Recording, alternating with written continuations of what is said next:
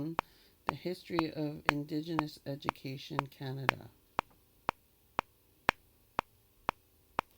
Today we had a guest speaker, Joni Olson, to talk about the Douglas Treaty. The Islaksitan the Sayasa took the passing down of our teaching and our history. I didn't know too much about the Douglas Treaty or the Indian Act. Kind of glanced through it over the years in my educational journey. A lot of it was a constant bombardment of oppressed knowledge through cultural hunting, harvesting, learning from the land, learning from the animals. Joni Olson, she enlightened me quite a bit on a lot of the main factors with the treaties, such as the Indian Act, the transmission of historical knowledge, the constant bombardment of oppressed knowledge, how many tribes were included with the Douglas Treaty. Having Joni Olson enlighten our class and going over the history of the Douglas Treaty and the Indian Act and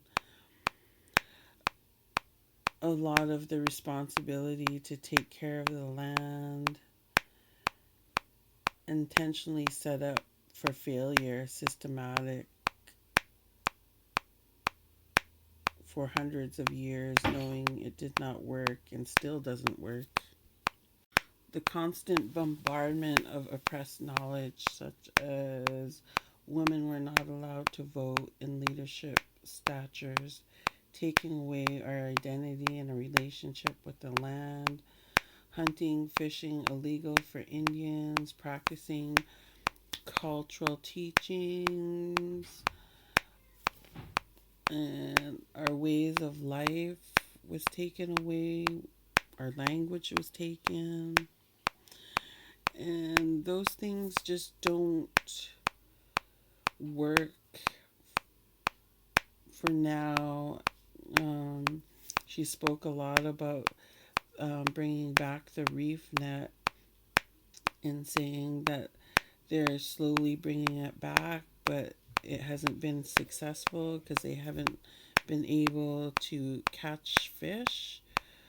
And that's because there's something missing. There's a gap missing with being able to hoochies the squales, eat the squinang, chasala at the elanunuk, the squelequin atia was Saint Nec. We will teach from the ways and beliefs of Saint homeland. Points did I agree or disagree in the class discussion about the Douglas Treaty and why? Well, I do realize that all of the constant bombardment of oppressed knowledge that the Saint lost. Like if that were to happen today, right now in 2024, a lot of these factors would be illegal. It's discrimination, it's hateful, it's genocide, really, of our language, our history. And why is it still acknowledged? Why is it still followed when really, if you really look at it, it's illegal? And I feel like it's illegal, and it just kind of opened my eyes to how we can get all these things back, how Che the Wisina Squinangs a tia Ana Keithla the Squinangs the Wisina Salhuin. How do we bring back the feeling of the Wisitnich elders and instill in our children, grandchildren, and great grandchildren? Well, I'm very proud to be with Saint Nitch, and I see so much progress on bringing back our with Saint Nitch scales and who cheesed the scales at the with Saint Nitch Delicate. What images or mentors are coming up for me? Well, I've seen and read so much of the history of the Sanchothan language and the Heathlas, Stapanak at the Wisitnich Selwyn, in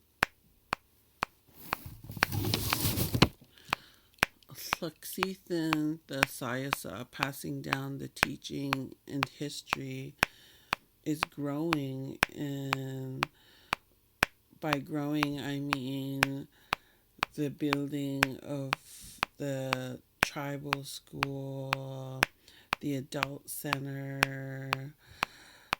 and now the with St. Nitch College will be acknowledged as an accredited college for our people. So we are fighting back in education wise and learning from our land, learning from our Selhuin,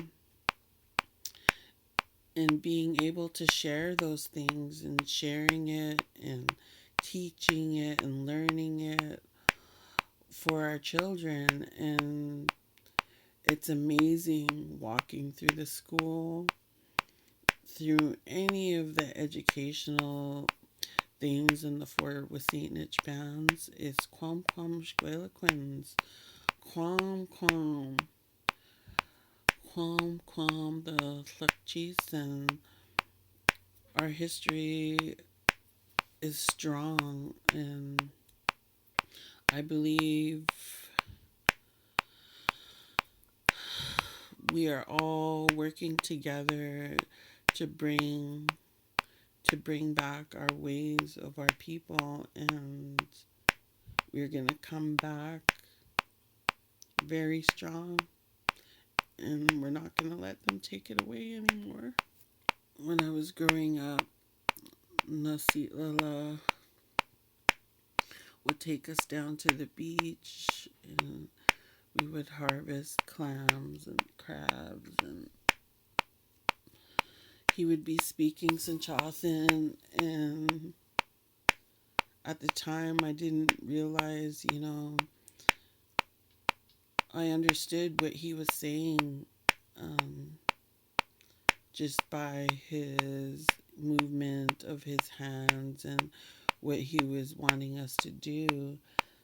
And all those things were taken away from him, but they were instilled in him, and he instilled them in us, because now I'm passing those things down to my children and my grandchildren and walking them through my homeland and letting them know where we can get stelnoch medicine, where we can get the face Seathans, and that's one of the images. And my grandfather has always been my mentor to learn Sinchothan, and I know he would be proud. I know he would be proud of me. He all the Squelequins. He taught enough the Sinchothan squales. He asa Nastalika Kaichka Siam Nestelacha.